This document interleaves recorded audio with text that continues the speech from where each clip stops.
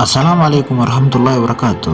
Hordoftoota muraasa Mobile Tiif nagaan keenyaa fi salaamtaan teenya qilleensarraan tan jaalalaa bakkuma jirtanitti isin haa qaqqabu yookaan isin haa dhaqqabu isiniin jecha arras barnoonni keenya addaan jettu iturra malee ni urreechuu kiyyaa isiniin jechuu kiyya haaluma jirru kanaanuu bifa addunyaatti beekamu qabnaan isiniin jeetiin abdii isinirraa qabu uummanni keenyaas yookaan sabni keenya sabni Oromoo guddatu qaba yookaan beekumsaa fi waa hundaanuu guddachuu qabaa jechuudha. Waan duubatti haftuu taaneef waan hundaan duratti deemtuu warra ta'urraa qabaa ta'uu qaban dulleen ammallee barnootaan hanga lakkisu yuutuubaa ta'uu tiktookaa ta'uu baay'inaan daawwachuutti hin jirtanii daawwadhaa sabiskiraayipii godhaa akkasumatti tiktook illee fooloo godhaa na jajjabeessaan afeerraatii jechuudha.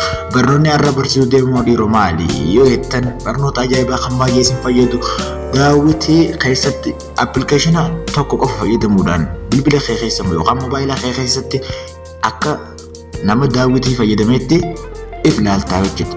Inni harkaa hin barbaaddu jechuudha.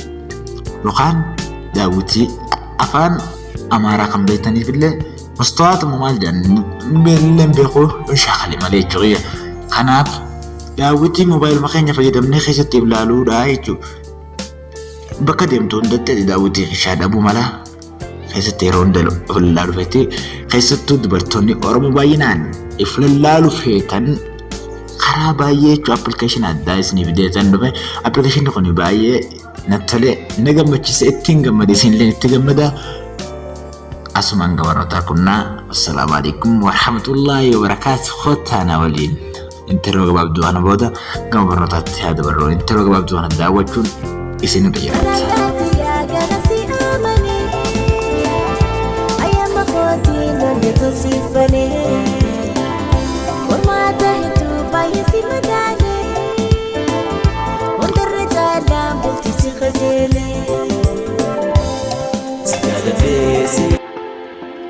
Ono application isaan isa kami kan jettaniif application isa kana jechuudha. Application isaan xiyya diimaa isinitti qabe diimaa xiqqaan kun yoo isin mul'isu baate jechuudha. Xiyya diimaa kan itti qabe kaniin geengoo itti godhe kana jechuudha. Yookaan xiyya xixiqqaa kan yeroo jiru kana application kun eessaa argama yookaan akkamiin jechuu danda'u maltan kanaaf isiniin agarsiisa application kana bakka irraa argattan asumaan na hordofaa haalaan. Dhufnee pilaastoora keenya keessa galaa.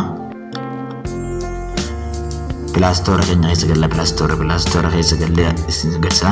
Pilaastoora keessa dhufnee galree.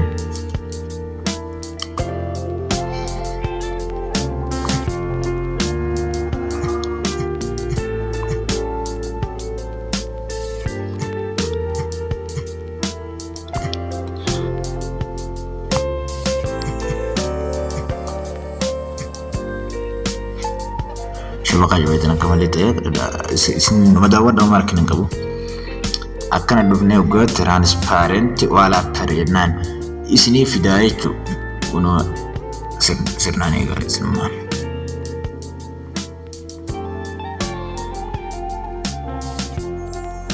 Sirnaan eegaa.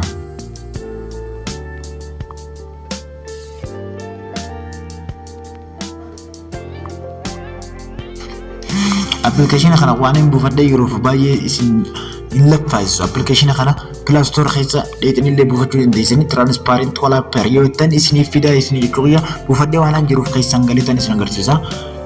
Haalaan hordofaa keessan galee akkamittiin isin agarsiisa kan jettaniif asumaan dhufne kunoo inni kanuma xiyya irra oofu jiru kana jechuudha. Kana xiyya irra oofu jiru kana isin argaa ni jirtan jeetiin egaa.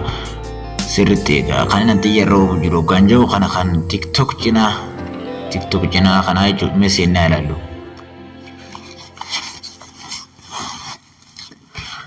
Akkan nu dabarsaa oguu kan nu dhufe kaameeraa fuulduraa feetamu kan boodaa feetaa isin gaafate inni nu kanaaf kaameeraa fedhina keessanii irra daawwattanii kaameeraa akka fedha keessanii irratti daawwattan kaameeraa duuba waan hin filadhee bammaan akkana bifa kanaan dabarsaa jira jechuudha. Keessatti bifa daawwitiitiin waan feetan ilaaluu dandeessanii hanga barnoota dhufu walitti jaalatti. Wassalaamu alaikum warahmatullahi wabarakatuh. Asuma yuutuubitti illee subscribe, like, share godhaan na jajjabeessaan afeerraati.